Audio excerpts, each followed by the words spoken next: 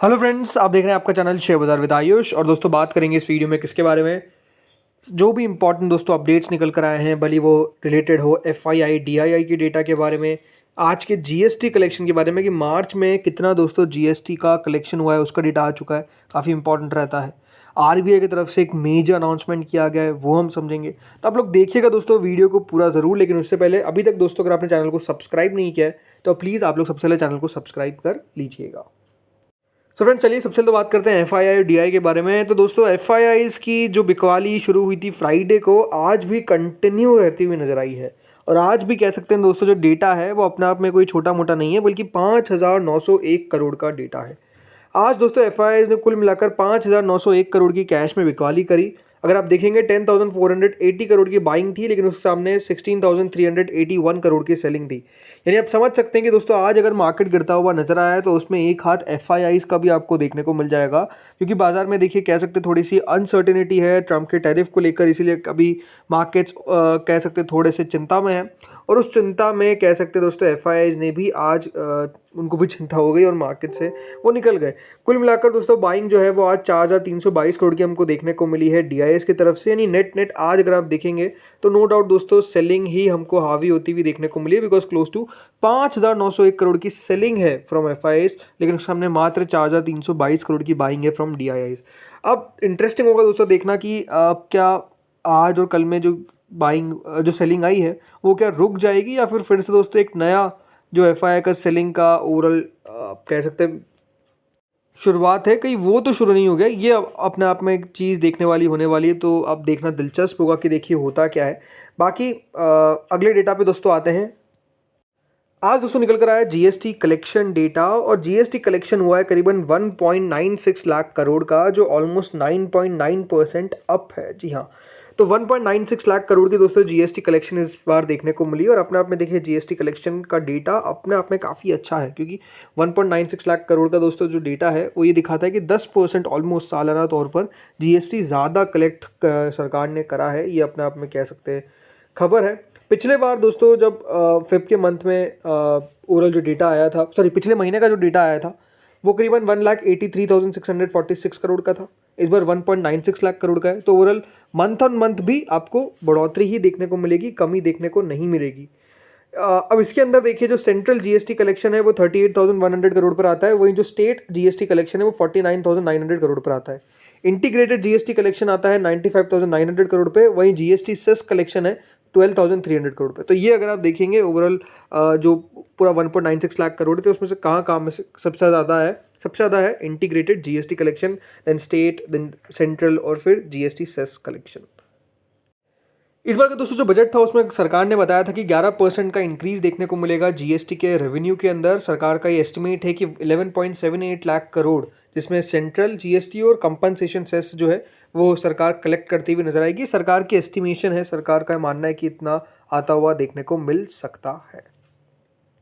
अब आते हैं फ्रेंड्स अगली खबर पे, और अगली खबर ये है कि आज आरबीआई ने दोस्तों फ्रेश ओएमओ यानी ओपन मार्केट ऑपरेशंस जो होते हैं उसका अनाउंसमेंट किया। और सर इस बार आरबीआई ने बताया कि करीबन 80,000 करोड़ के आसपास इन्फ्यूज़ वो करते हुए नज़र आने वाले हैं। तो ये अपने आप में देखिए काफ़ी बड़ी खबर है, जिसमें आज जो परचेज ऑक्शन है गवर्नमेंट सिक्योरिटीज़ के वो कैरी आउट किए जाएंगे।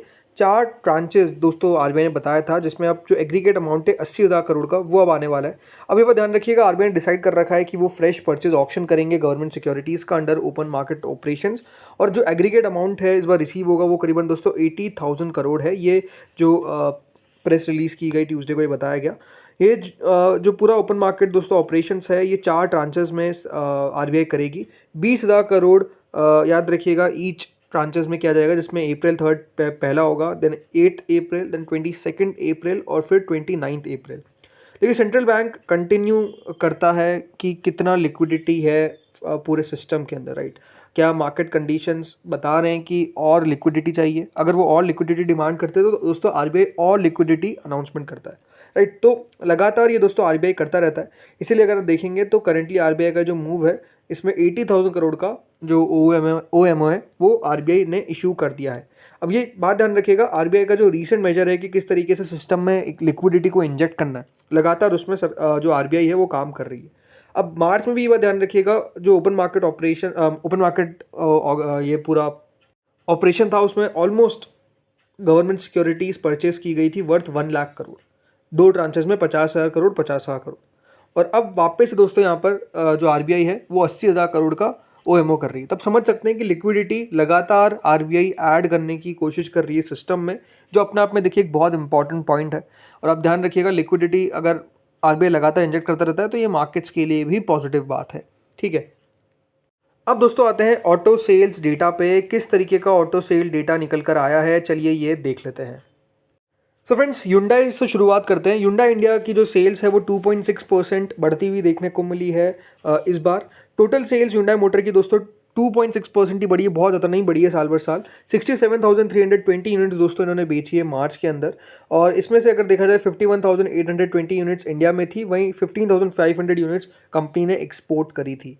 फिजिकल एंडेड मार्च 31 में Hyundai की जो सेल्स है पूरी राइट सालाना तौर पर 3% सालाना तौर पर घटती हुई नजर आई है। इस बार दोस्तों कंपनी ने 5,98,666 कार बेची है। वहीं FY24 में कंपनी ने 6,14,000 कार बेची थी। तो ओवरऑल अगर आप नोटिस करेंगे तो कंपनी की सेल्स में आपको 3% का साल भर साल डिप देखने को मिला है। मैं बात कर रहा हूँ total from 1 April to 31 March right. तो यहाँ पर थोड़ी सी कह सकते हैं कंपनी के नंबर्स मिले जुले हैं, कोई बहुत ज़्यादा शानदार तो नहीं है। फिर अगले दोस्तों नंबर्स आते हैं टाटा मोटर्स के। इनके भी नंबर्स फ्लैट ही रहते हुए देखने को मिले मार्च 2025 में। जो डोमेस्टिक सेल्स है करीबन 90,500 यूनिट्स पर आती हुई देखने को मिली है। वहीं पिछले साल 90,822 यूनिट्स बेची थी। तो अगर आप देखेंगे मेजरली फ्लैट है, कोई खास आपको चेंज देखने को नहीं मिला है। टोटल डोमेस्टिक सेल डाउन है 5% Q4 FY25 के अंदर, करीबन 2,45,000 यूनिट्स। टोटल डोमेस्टिक सेल्स दोस्तों डाउन है 4%, याद रखिएगा FY25 के अंदर राइट। 9,12,000 यूनिट्स बेची है। कमर्शियल व्हीकल सेल्स भी कम होती हुई नजर आई है, करीबन 41,122 यूनिट्स बेची है। लेकिन जो पैसेंजर व्हीकल्स है मार्च के अंदर उसमें 3% की बढ़ोतरी देखने को मिली है, 51,872 यूनिट्स। यानी टाटा मोटर्स की भी अगर आप नंबर्स देखेंगे तो ऐसा नहीं कि बहुत ज़्यादा नंबर्स आपको खुश करते हुए नजर आएंगे, नंबर्स इनके भी मिले जुले हैं, कुछ खास ज़्यादा नहीं है। अगले नंबर्स पे आते हैं। अगले नंबर से दोस्तों मारुति के। मारुति सुजुकी ने अपने जो नंबर्स पेश करे उसमें 3% की बढ़ोतरी दिखाई। जी हाँ, टोटल सेल्स कंपनी की 3.1% तक बढ़ती हुई देखने को मिली है। इंडियन कार सेल्स में थोड़ी सी कमी आई है 1.3% की सालाना तौर पर। 1,50,000 यूनिट्स कंपनी ने बेची है। टोटल इंडिया सेल्स 0.8% सालाना तौर पर गिरती हुई देखने को मिली है, ऐसा कंपनी ने बताया। एक्सपोर्ट्स में बाहरी कंपनी ने बढ़िया काम किया है। 27.32% कंपनी का एक्सपोर्ट बढ़ा है। 32,968 यूनिट्स कंपनी ने इस बार बेची है। पूरे साल भर में दोस्तों मारुति ने अपनी highest ever car sale record करी है। 22 लाख कार्स इनकी द्वारा बेची गई है। अब इसमें डोमेस्टिकली कंपनी ने करीबन बेची है 17,95,000 यूनिट्स और एक्सपोर्ट किया है इनका हाईएस्ट एवर 3,32,000 यूनिट्स। यानी मारुति के नंबर्स अगर आप देखेंगे तो नो डाउट काफ़ी आपको अच्छे नज़र आ जाते हैं और लगातार इसीलिए मारुति नंबर 1 बना हुआ है।